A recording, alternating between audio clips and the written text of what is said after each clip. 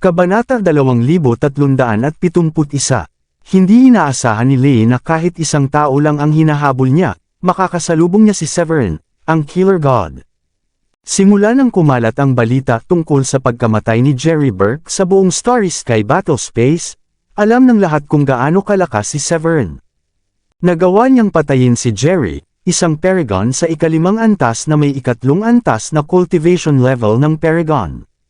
Galit na galit ang Burke clan kaya nag-issue sila ng kill order para sa kanya.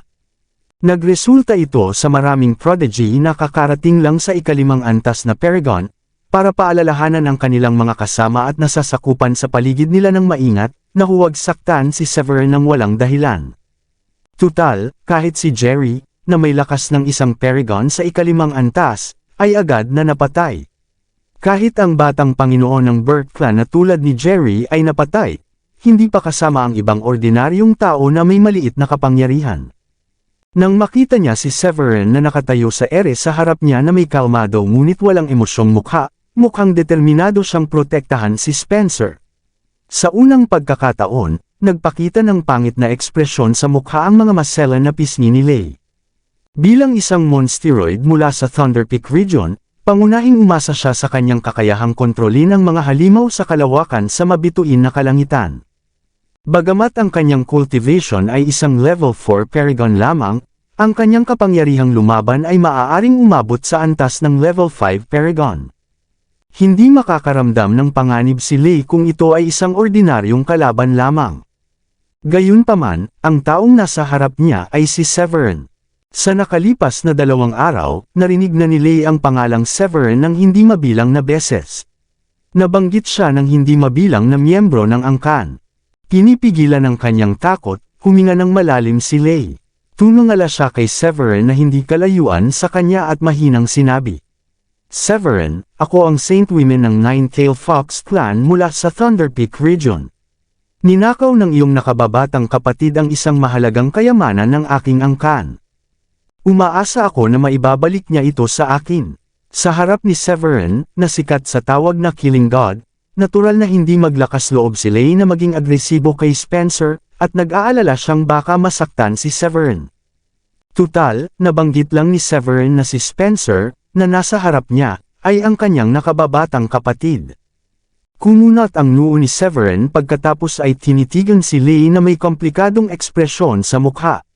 Mahina niyang sinabi, ganoon ba? Maaari ko bang malaman kung anong mahalagang kayamanan ang ninakaw sa iyo ng aking nakababatang kapatid, sa mga monsteroid mula sa rehiyon ng Thunder Peak? Agad na nabulunan si Lei nang marinig niya iyon. Hinabol niya si Spencer dahil sa mapa na dala niya. Ayon sa alamat, naitala sa mapa ang mga bagay na naiwan ng 2 misteryosong cultivator na pumasok sa Starry Sky Battlespace 200 taon na ang nakalilipas, at umakyat sa immortalidad. Ito ay pangunahing nauugnay sa pagkakataong umakyat sa immortalidad. Bagamat alam niya kung ano ang dala ni Spencer, ayaw niya itong ibunyag kay Severin upang maiwasan ang pagdulot ng karagdagang gulo. Matapos siyang kumalma sandali, marahang tinakpan ni Lei ang kanyang emosyon habang mahinang nagsalita kay Severin.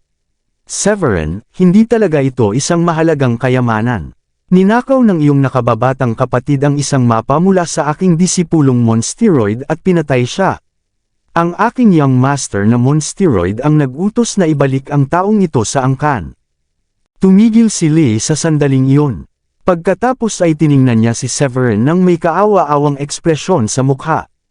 Severin, hindi mo gugustuhing mabigo ako sa gawain at maparusahan ng aking young master, hindi ba? Hindi na kailangang sabihin, si Lei ay tunay na isang babaeng Sorrow. Ang kanyang husay sa pagpapakita ng awa at kalungkutan ay talagang kapuri-puri. Kapag nagsasalita siya, ang kanyang tono ay kaakit-akit at kaakit-akit. Ang kanyang tono ay maihahambing sa mga babae mula sa bahay aliwan. Hindi kalayuan sa kanila, halos hindi na nakayanan ni Spencer ang kanyang pagmamasid.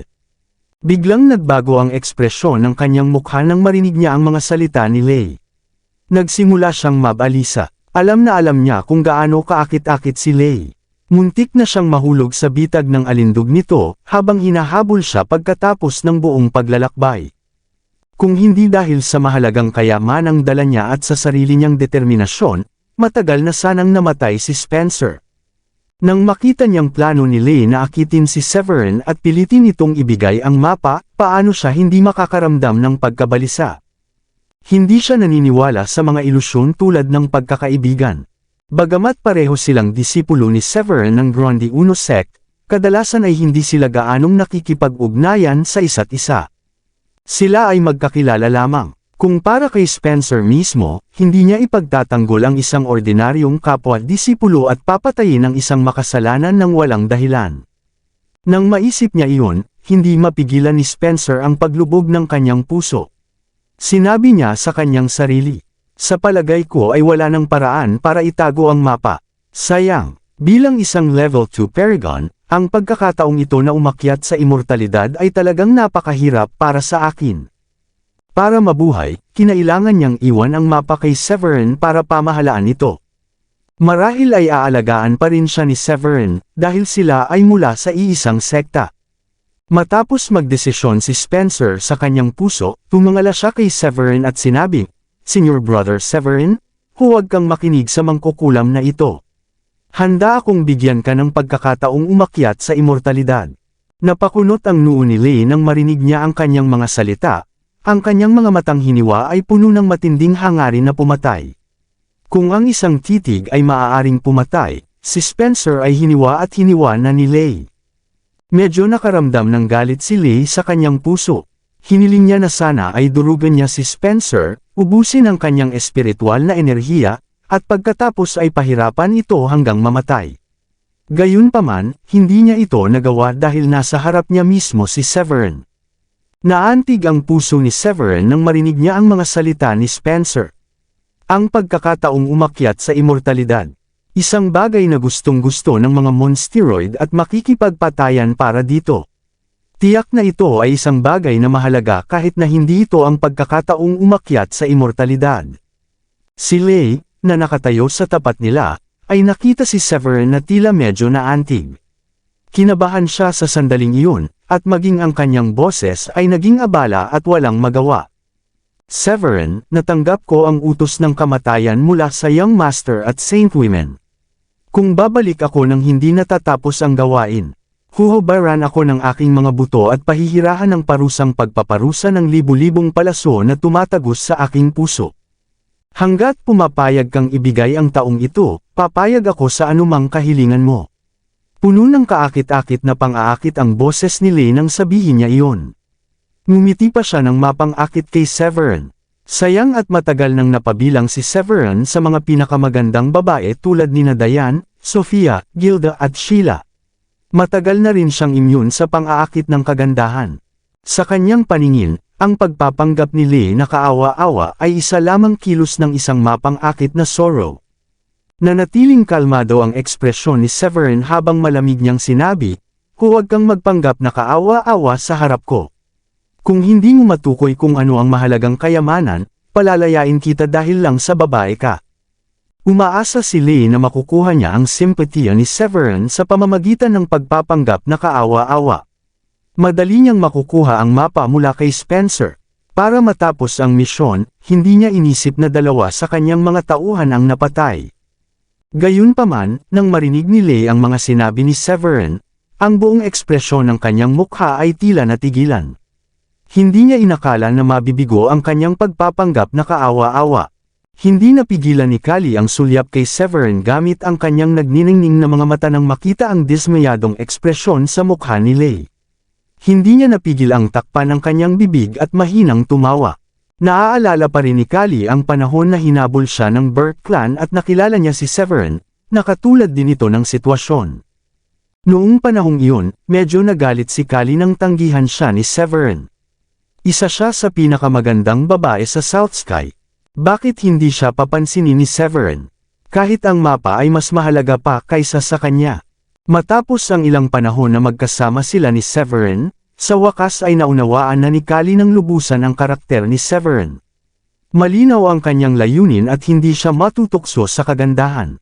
Siyempre, ang pinakamahalaga, bilang isang cultivator mula sa South Sky, narinig ni Kali ang tungkol sa mga tsismis na si Severin ay may ilang asawa.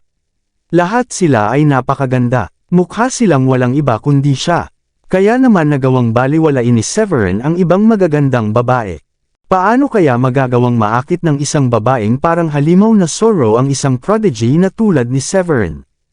Nanghina ang puso ni Lee nang mapagtanto niyang tumanggi si Severin na tanggapin ang kanyang alok at matatag siya sa kanyang desisyon. Naunawaan niya na ang kanyang dating invincible charm technique ay nabigo. Sa isang iglap, nanlamig ang kanyang kaawa-awang mukha. Tiningnan ni Lee si Severin na may pangit na ekspresyon sa mukha.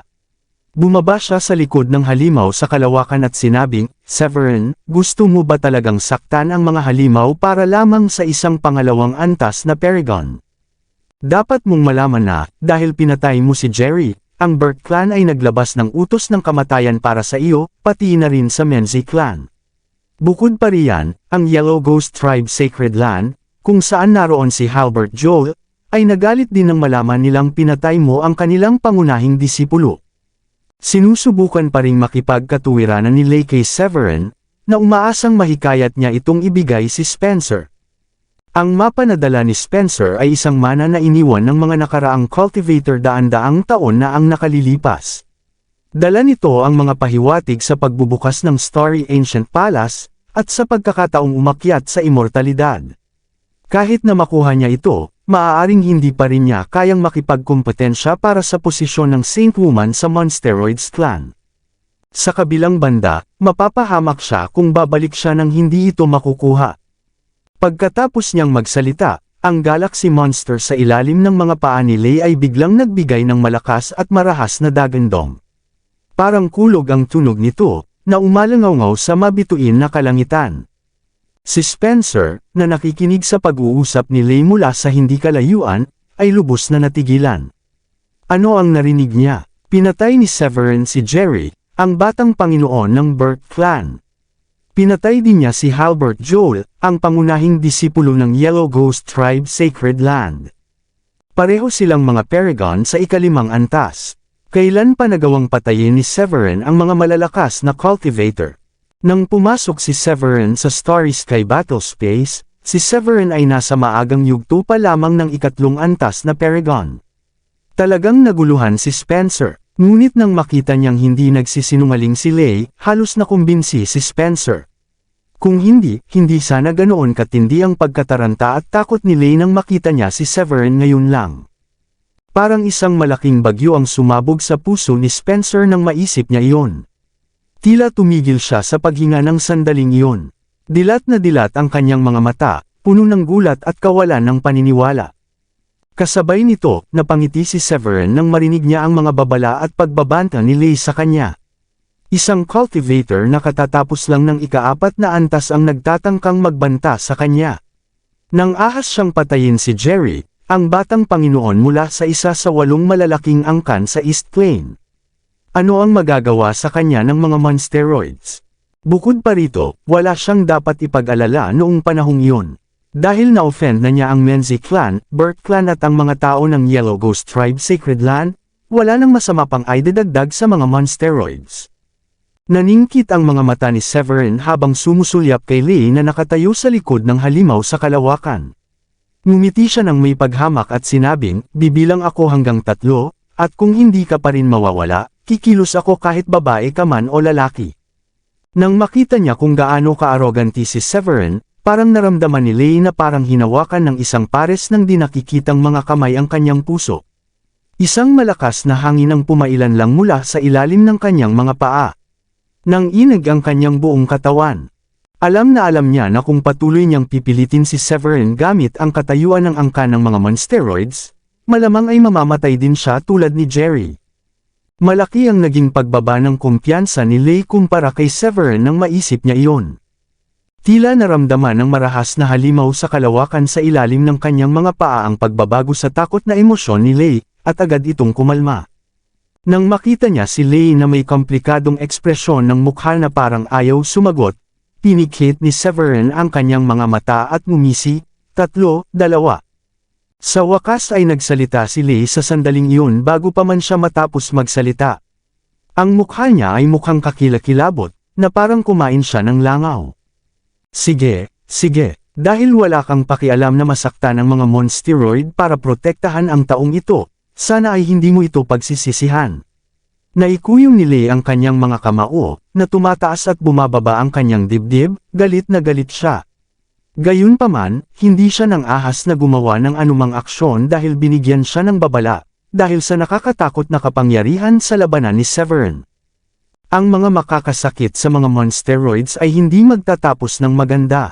Pagkatapos sabihin iyon, pinagdikit ni Lei ang kanyang mga kamay para yumuko, pagkatapos ay sumakay sa higanteng halimaw sa kalawakan na lumilipad palayo. Sa maikling panahon lamang, ang halimaw sa kalawakan at siya ay nawala sa paningin ng lahat.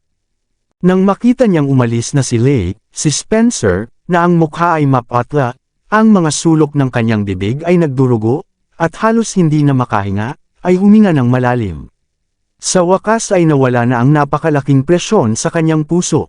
Akala niya ay hindi siya kailanman ililigtas ni Severin dahil ang mga monsteroids ay isang napakalakas na angkan. Tutal, halos hindi malapit ang relasyon nila ni Severin. Kahit na sila ay nagmula sa iisang sekta, hindi pa sila gaanong nagkaroon ng interaksyon noon. Kahit para sa kanyang sarili, dahil ito ay para lamang sa isang ilusyon na pagkakataon upang umakyat sa immortalidad, maaari pa rin niyang pag-isipan muli sa kanyang puso. Matapos niyang muling pag-isipan ang kanyang mga iniisip, yumuko si Spencer nang may paggalang kay Severin at sinabing, "Salamat, Senior Brother Severin, sa pagliligtas sa akin. Kung hindi dahil sa iyong intervention, ako ay naging isang tumpok ng mga kalansay na ngayon." Ang pasasalamat ni Spencer ay hindi peke, ang sinabi niya ay totoo mula sa kanyang puso. Ang antas ng cultivation ni Lei ay 2 antas na mas mataas kaysa sa kanya. Siya ay isang ganap na level 4 Paragon. Bukod pa riyan, mayroon siyang 2 kasama at ang mabangis na halimaw sa kalawakan na sabik na nanunood mula sa gilid. Walang saysay para sa kanya na ipagtanggol ang kanyang sarili gamit ang lakas ng kanyang kasalukuyang pangalawang antas na Paragon. Tumanggo ng marahan si Severin habang tinatanggap ang pasasalamat ni Spencer. Itinaas niya ang kanyang kamay patungo sa kanya. Tinulungan ng di nakikitang puwersa si Spencer na makatayo habang nakayuko ito sa kanya. Ayos lang iyan. Mga disipulo tayo ng iisang sekta, dapat tayong magtulungan. Bahagyang ngumiti si Severin. Kumuha siya ng 2 tableta na pampagaling mula sa kanyang imbakan at inihagis ang mga ito kay Spencer. Pagkatapos matanggap ang tableta mula kay Severin, agad itong ininom ni Spencer. Sa isang iglap, ang purong medikal na epekto mula sa tableta ay naging dumadagandong na espiritual na enerhiya, na nagpapalusog sa kanyang malubhang na sugatan na katawan at nagpapagaling sa kanyang mga panloob na pinsala. Hindi napigilan ni Spencer ang bumantong hininga nang makaramdam siya ng unti-unting paggaling ng kanyang katawan. Gayunpaman, hindi napigilan ni Spencer ang pag-aalala nang maalala niya ang galit na ekspresyon ni Lei bago ito umalis. Sinabi niya kay Severin, "Senior Brother Severin, umalis na tayo rito sa lalong madaling panahon." Tiyak na hindi susuko ang mga monsteroid. Talagang natatakot si Spencer na habulin ng mga monsteroid. Kung hindi kumilos si Severin, matagal na sana siyang namatay dahil halos hindi na niya kayang tiisin ang buhay niya ng sandaling iyon. Kaya naman, labis pa ring nag-aalala si Spencer nang maalala niya ang malupit na mga salitang sinabi ni Lei bago ito umalis. Nabalitaan niya na ang kasalukuyang prodigy ng mga monsteroid ay isang level 7 Paragon. Siya rin ang Crown Prince ng Dragonoid. Dahil dito, ang gusto lang niyang gawin ay himukin si Severin na umalis sa lugar kasama niya, para maiwasan ang paghabol muli ng mga monsteroid. Si Kali, na hindi kalayuan sa kanila, ay tinakpan ang kanyang bibig at napahagikak nang makita niyang puno ng takot ang mukha ni Spencer. Casual niyang sinabi, "Huwag kang mag-alala, hanggat wala ang level 7 Paragon, makakapagtanggol kami ni Severin laban sa kanila ng pansamantala." Ang sinabi ni Kali ay isang papuri sa kanyang sarili. Sa katunayan, lubos siyang aasa kay Severin. Siya ang may malakas na kapangyarihang lumaban. Gayunpaman, lahat sila ay nasa Big Dipper, saan sila pupunta. Malalaki ang 3 pangunahing planeta, sa kalaunan ay makakasalubong din nila ang mga monsteroid. Maraming salamat sa lahat ng sumusubaybay. Please subscribe and follow my YouTube and Facebook channel, Filipino Novel, Maraming salamat po. Kabanata 2375. Tumango rin si Severin, sumasang-ayon sa mga sinabi ni Kali. Bahagya siyang ngumiti. Tama si Kali, hindi mo kailangang masyadong mag-alala tungkol sa mga monsteroid sa ngayon. Nagpakita si Severin ng nagtatakang ekspresyon nang maalala niya ang pagkakataong umakyat sa immortalidad na nabanggit ni Spencer kanina. Nagtanong siya, nga pala, ano ang pagkakataong umakyat sa immortalidad na nabanggit mo ngayon lang? Paano nito naakit ang mga monsteroids na sumunod sa iyo? Hindi napigilan ni Kali na tumangala nang marinig ang mga salita. Hinabol siya ng Burt clan noon, buti na lang at dumating si Severin para iligtas siya, kung hindi ay baka patay na siya ngayon. Ang dahilan kung bakit hinabol si Kali ng Burt clan ay dahil noong una siyang pumasok sa Starry Sky Battle Space, aksidente niyang nakuha ang isang singsing na iniwan ng isang disipulo ng Burt clan noong nakaraang henerasyon. Nakakuha siya ng mga clue tungkol sa Lumigold mula rito. Ang gintong Lumigold ang siyang pinag-aagawan ng Gigantic Arm Royal Paragon, dahilan para si Kali ay huntingin ng Burt clan. Ang sitwasyon ni Spencer sa sandaling iyon ay halos kapareho ng sitwasyon niya noong panahong iyon. Naisip ni Kali sa kanyang puso. Ang bagay na hawak ni Spencer ay hindi mas mababa sa halaga ng kanyang Lumigold. Kung hindi, hindi siya kailanman hahabulin ng monsteroid ng tuluyan. Hindi rin nila pipilitin ni Severin na isuko si Spencer sa kanila, kahit na nakilala na nila si Severin, ang Killing God. Nang pareho silang tumingin sa kanya, mabilis na kumuha si Spencer ng isang maliit na jade plague mula sa kanyang storage ring. Magalang niyang iniabot ang maliit na lilang jade plague kay Severin, at sabay na sinabi, "Senior Brother Severin, nakuha ko ang item na ito noong una akong pumasok sa Starry Sky Battle Space. Nakakilala ako ng isang monsteroid mula sa Thunder Peak region. Hindi mataas ang kanyang cultivation level, pero marami siyang kayamanan." Sa pamamagitan ng pagsasalaysay ni Spencer, sa wakas ay nalaman ni Severin kung ano ang maliit na jade plague. Lumabas na talagang maswerte si Spencer. Pagkatapos niyang makapasok sa Starry Sky Battle Space, aksidente niyang nakilala ang isang monsteroid na nagngangalang Maxim Dickens, na siyang batang master ng Nine-Tailed Fox monsteroid sa Mount Green ng Thunder Peak region. Ang order ng monsteroid sa Thunder Peak region ay ibang-iba sa mundo ng tao. Pinamumunuan ito ng bloodline power. Ang mga taong ipinanganak na may kakayahang bumalik sa kanilang mga ninuno sa pamamagitan ng bloodline power, at makakakuha rin sila ng kaliwanagan sa mga mahiwagang kapangyarihan mula rito. Kapag nagising ang isang monsteroid sa bloodline power nito, mas mabilis niyang na-master ang mga mahiwagang kapangyarihan kaysa sa isang cultivator ng tao.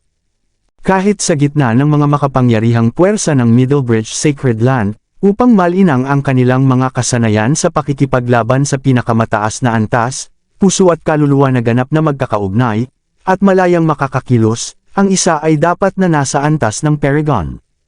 Gayunpaman, ang mga monsteroid ay nangangailangan lamang ng antas ng Supreme Saint o antas ng Royal Saint. Hanggat pinapagana niya ang kanyang sariling bloodline power, ang kanyang kapangyarihan sa pakikipaglaban ay agad nahihina. Sa sandaling iyon, ang mga nasa pinakamataas na ranggo sa Thunder Peak region ay ang iba't ibang bloodline ng Monsteroid King at ang bloodline ng Monsteroid Fairy.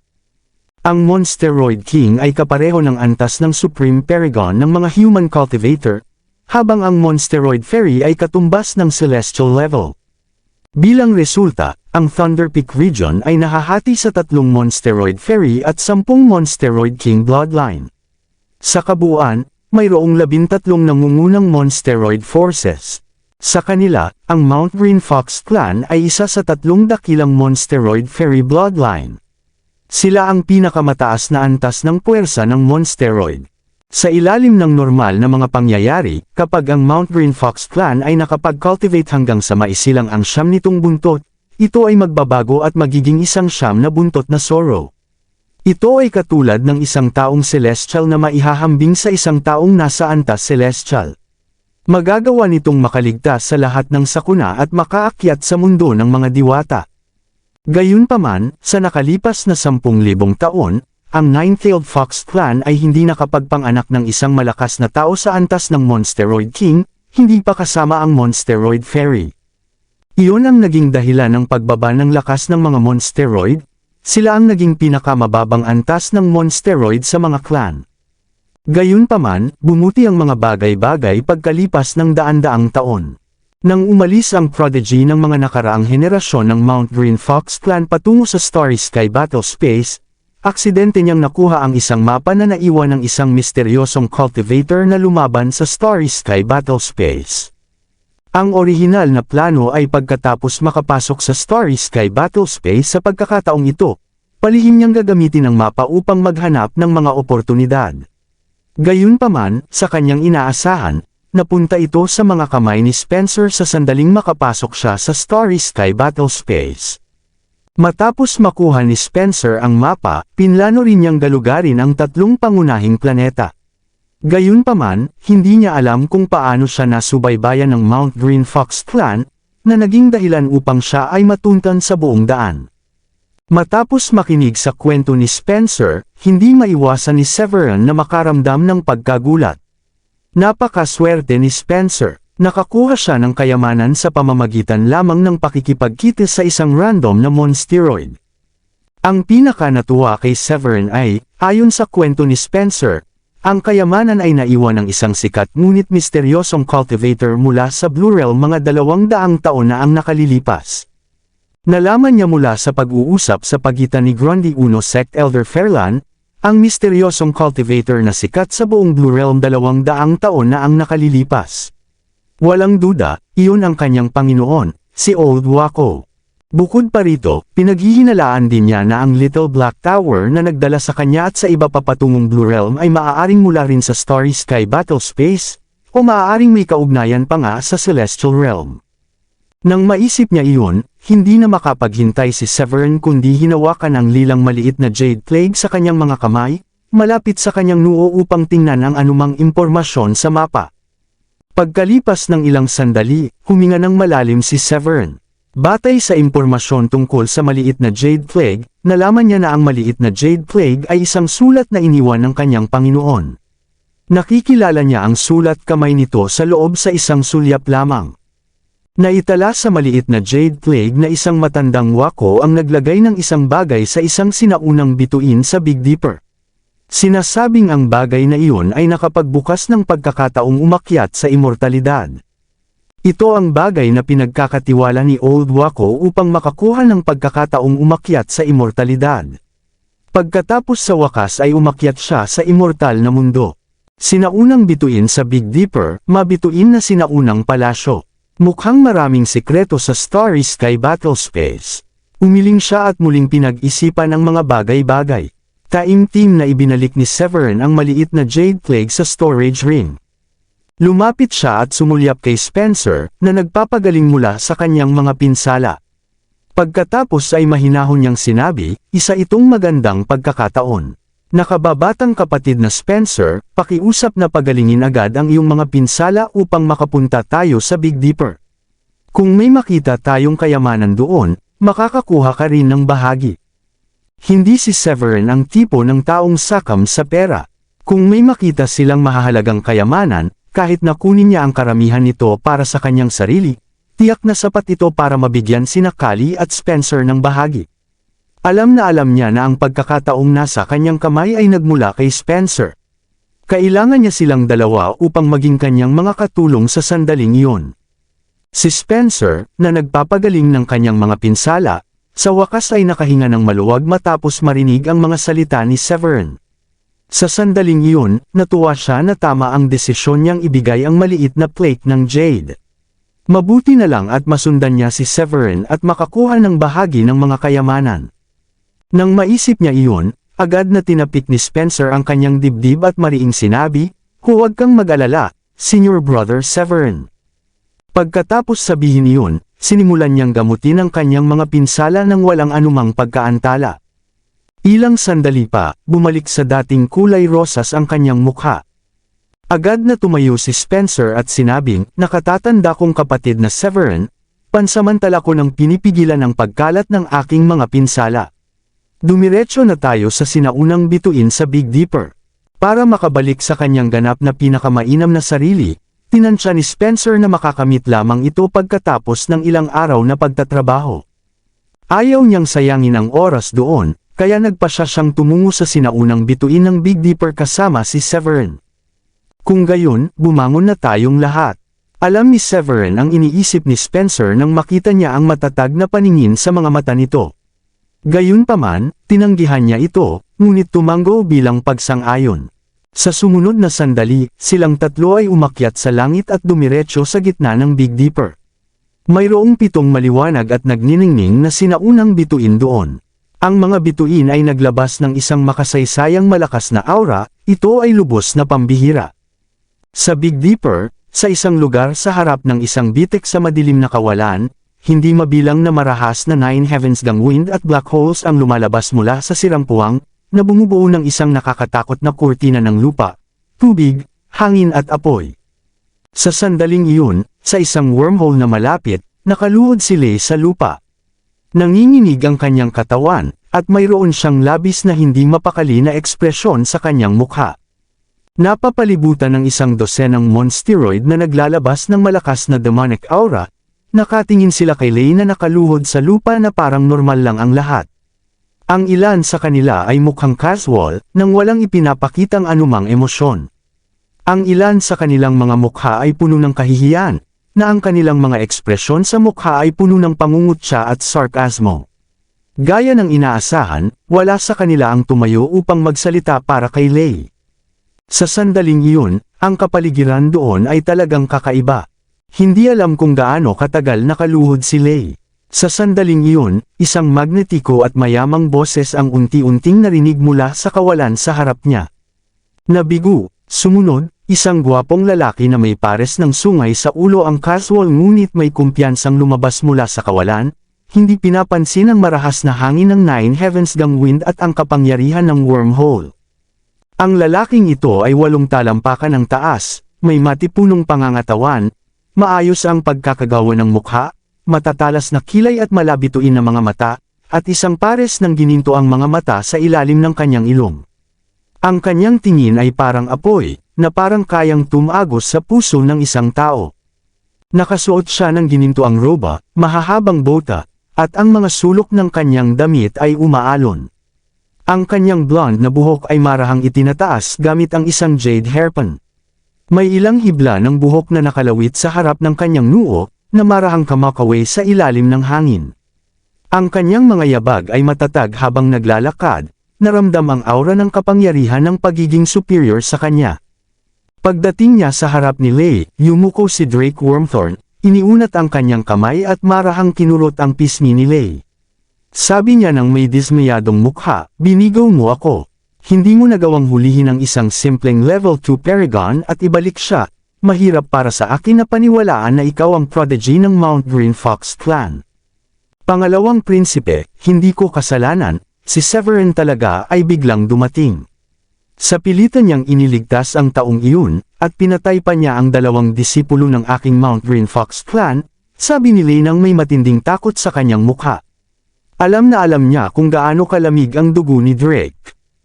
Noong panahong iyon, sa buong Thunder Peak region, kapwa ang nakababatang henerasyon at ang nakatatandang henerasyon ay lubos na iginagalang si Drake. Iyon ay dahil siya ay mula sa True Dragon Clan, isa sa 3 celestial monsteroids. Ang True Dragon Clan ay orihinal na hari ng mga monsteroids. Mayroon silang matinding bilis at natural na may kakayahang kontrolin ang kulog at enerhiya ng tubig. Itinuturing silang walang talo sa lahat. Nakatayo sa harap ni Lei ng sandaling iyon si Drake Wormthorn, ang anak ng kasalukuyang monsteroid king na si Keith Wormthorn sa Thunder Peak region.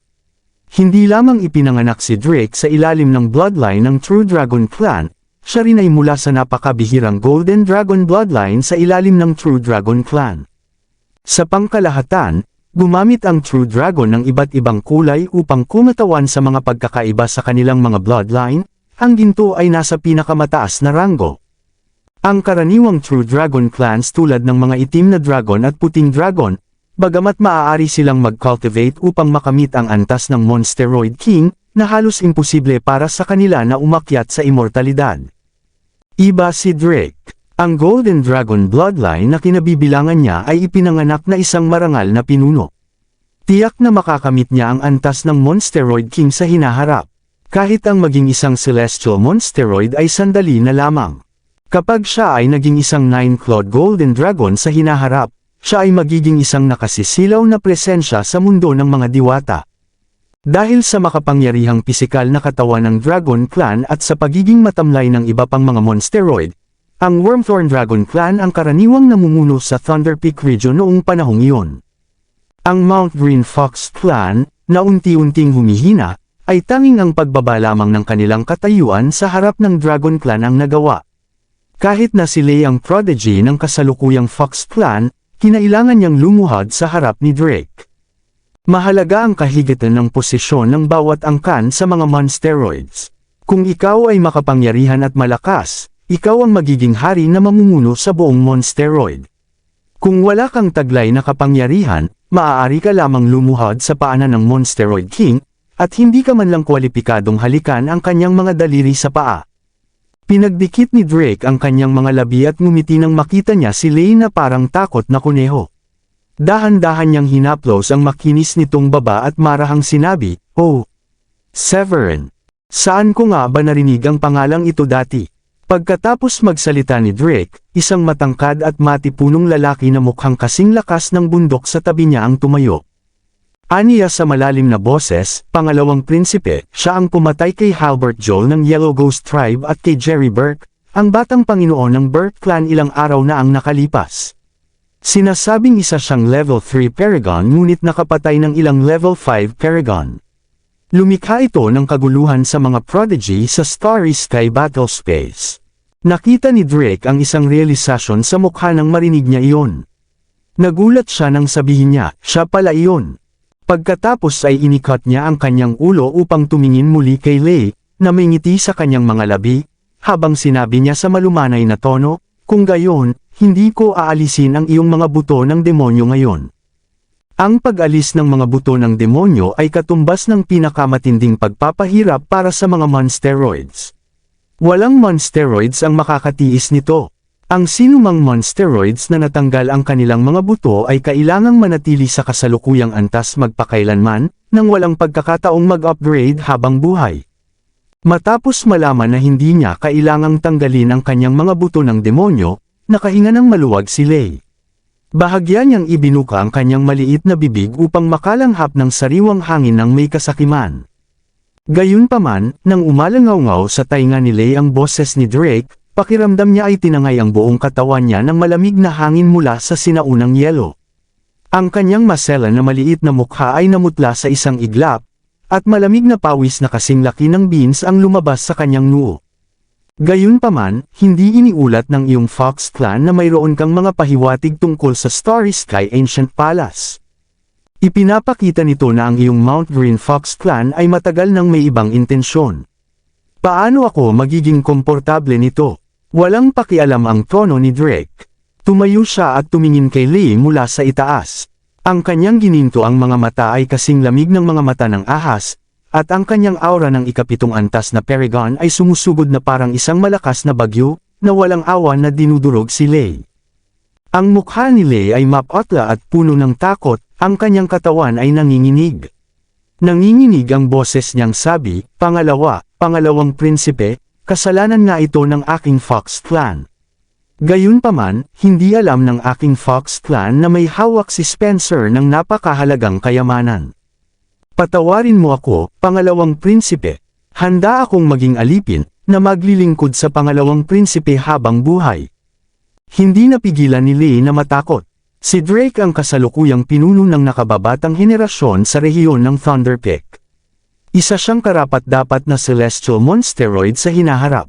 Siya rin ang nag-iisang mahalagang anak ni Monsteroid King na si Keith. Makukuha niya ang anumang gusto niya.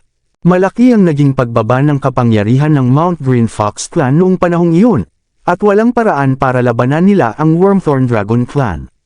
Maaaring mahirap para sa kanya na sirain ang Mount Green Fox Clan, ngunit madali lang siyang sirain. Ang kanyang lakas bilang Paragon sa ika-4 na antas ay naapektuhan ng puwersa ng Dragon Clan habang hinarap niya si Drake. Hindi niya magawang gumamit ng anumang lakas sa pakikipaglaban. Ngumisi si Drake habang nakatingin kay Lei, na nagmamakaawa, kitang-kita ang mapuputing ngipin. Ikaw mismo ang nagsabi niyan, hindi kita pinilit. Tuwang-tuwa si Lei nang marinig niya iyon. Alam niyang hindi niya kailangang mamatay sa ngayon. Mariing tumanggo ang kanyang ulo. Ibinibigay ko ang aking sarili, ibinibigay ko ang aking sarili. Tumanggo si Drake nang may kasiyahan nang makita niya iyon. Sinabi niya sa matipunong lalaki sa tabi niya na nagsalita kanina lang, puntahan mo at patayin si Severin para sa akin. Paano siya nang ahas na magnakaw ng isang bagay mula sa akin, siguradong pagod na siyang mabuhay. Iniisip niya na ang Starry Sky Ancient Palace ay isang bagay na makukuha ng isang langgam na tulad niya. Natigilan sa tono ni Drake sa sandaling iyon. Itinaas niya ang kanyang kamay at hinablot ang baba ni Lei, na nakaluhod sa harap niya na may kaakit-akit na mukha. Pagkatapos ay sinabi niya ng may pagnanasa, bukod pa rito, paano siya nang ahas na saktan ang aking alipin? Karapat-dapat siyang mamatay. Matatag na tumanggo ang matipunong lalaki nang marinig niya iyon. Opo, pangalawang prinsipe. Pagkatapos ay sumabog ang lalaki na may perpektong aura ng Paragon sa ika-6 na antas, na nagpapakita ng kanyang tunay na katawan. Naging 100 talampakang itim na dragon ang haba at pumailang lang sa ere. Sa isang iglap, ito ay naging isang agos ng liwanag at naglaho. Napatingin ang lahat sa paligid sa figure ng 100 talampakang haba na itim na dragon na pumailang lang sa ere. Halos lahat ng mga monsteroids ay lumingon upang tingnan ang kanilang pinuno na si Drake. Sa sandaling iyon, isa sa kanila ang nagtanong, "Kamahalan, magtatagumpay ba si Damian Wormthorn sa pag-alis ng mag-isa?" Nang marinig iyon ni Drake, sandali niyang naalala na agad na napatay ni Severin si Jerry Burke, ang batang panginoon ng Burke clan, at si Halbert Joel mula sa Yellow Ghost Tribe, 2 Paragon sa ika-5 antas, kung saan siya ay isang Paragon sa ika-3 antas.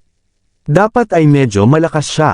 Kung hindi, hindi posible na tumawid sa 2 antas upang patayin si Jerry at ang iba pa. Bagamat si Damian Wormthorn ay isang Paragon sa ika-6 na antas, malaki ang kanyang tiwala kay Damian. Gayunpaman, dapat siyang maging ganap na handa para sa lahat ng maaaring mangyari. Nag-isip siya sandali at saka sinabi, hindi madaling agawin ang mga bagay-bagay sa amin, ang mga monsteroids. Magpadala ka pa ng ilang disipulo para tulungan si Damian, at mag-issue rin ng warrant of arrest sa 3 pangunahing planeta ng sabay-sabay. Ang pag-issue ng warrant of arrest sa 3 pangunahing planeta ay naglalayong ipaalam sa lahat ng pangunahing sagradong lupain, mga puwersa ng East Plane at iba pang pangunahing puwersa na pumasok sa Starry Sky Battle Space, na ang mga monsteroids at si Severin ay naglalaban, na pumipigil sa lahat ng ruta ng pagtakas ni Severin. Oo, tumanggo ang mga monsteroids sa paligid niya bilang pagsang-ayon ng marinig nila iyon. Alam nilang lahat na ang mapa na ninakaw mula kay Lei ay napakahalaga. Ito ay isang palatandaan ng mana na iniwan ng tanging misteryosong cultivator na nakatanggap ng pagkakataong umakyat sa immortalidad sa nakalipas na ilang daang taon. Bilang prodigy ng kasalukuyang mga monsteroids ng Thunder Peak region, tiyak na gugustuhin ni Drake na samantalahin ang pagkakataong umakyat sa immortalidad sa Starry Sky Battle Space. Hindi niya hahayaang masira ito ng isang maliit na level 3 Paragon. Kung tutusin, iyon ay isang pagkakataon upang umakyat sa immortalidad. Kahit na si Drake ang may pinakamahalagang Golden Dragon bloodline sa True Dragon Clan, kailangan pa rin niyang dumaan sa iba't ibang hamon upang umakyat sa immortalidad. Paano siya hindi matutukso kapag may inihandang shortcut sa harap niya? Matapos niyang muling pag-isipan ang kanyang mga iniisip nang makita niyang unti-unting nawawala si Damian sa kalangitan, yumuko si Drake at tumingin kay Lei, na nakaluhod pa rin sa harap niya. Bahagyang naniningkit ang kanyang mga mata at nagpakita ng isang komplikadong ekspresyon sa kanyang mukha.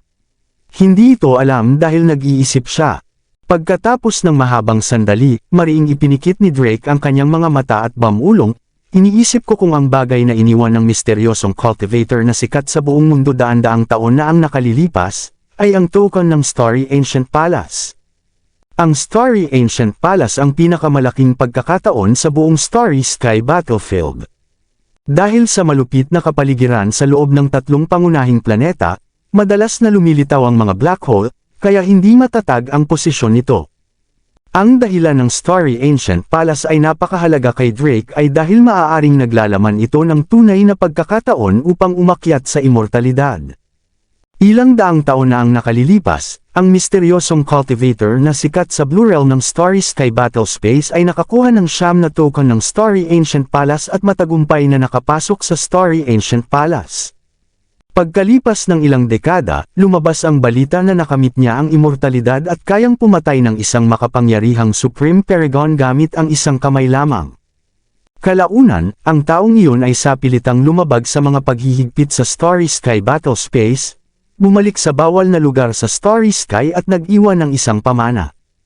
Upang malaman kung ano ang naiwan, ang nakaraang henerasyon ng Supreme Paragon ng Jade Pond Sacred Land ay pinilit na dumaan sa mga paghihigpit sa espasyo at sinundan siya sa Starry Sky Battlespace. Gayunpaman, siya ay sinampal at malubhang nasugatan. Pagkatapos ay namatay siya. Bago siya namatay, sinabi niya ang mga salitang, umakyat sa immortalidad. Dahil sa insidente, ang Jade Pond Sacred Land ay bumagsak sa pinakamababang antas ng 9 Sacred Lands.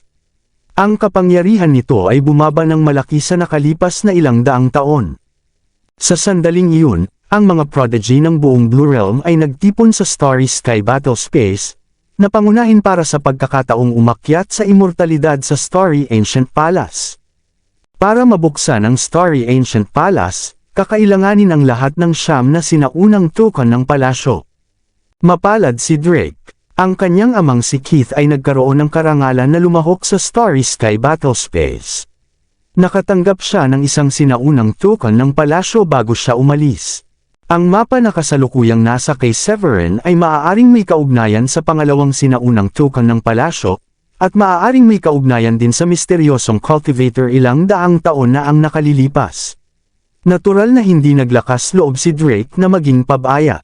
Sa makatuwid, ipinadala niya ang kanyang pinakamahuhusay na assistant na si Damian upang personal na kunin ang mapa.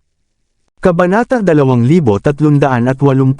Si Severin, na mabilis ang lipad ng mga sandaling iyon, ay hindi pa rin alam na may paparating na panganib. Pagkatapos magpahinga sandali sina Spencer, Kali at siya, silang tatlo ay dumiretso sa Big Dipper Star kasunod ng mga tagubilin sa mapa.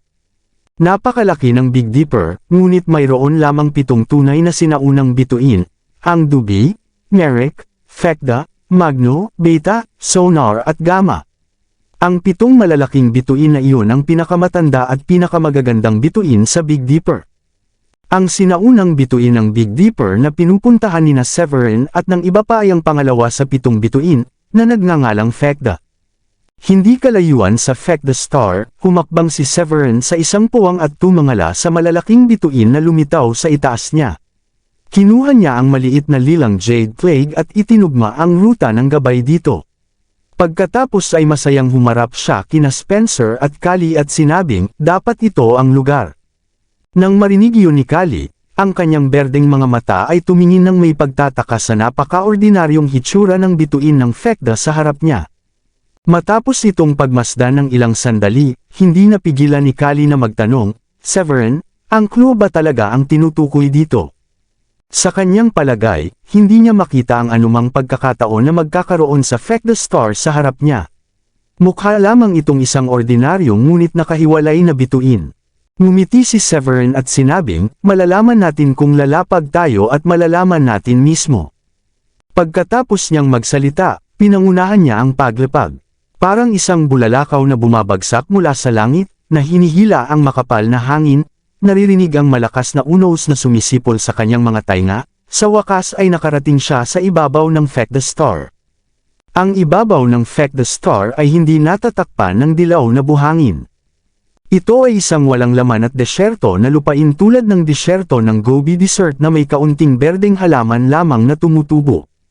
Pagdating ni Severin sa Fekda Star, mabilis siyang kumilos at agad na inilabas ang kanyang divine sense upang hanapin ang bawat pulgada ng lupain sa ibabaw ng buong planeta.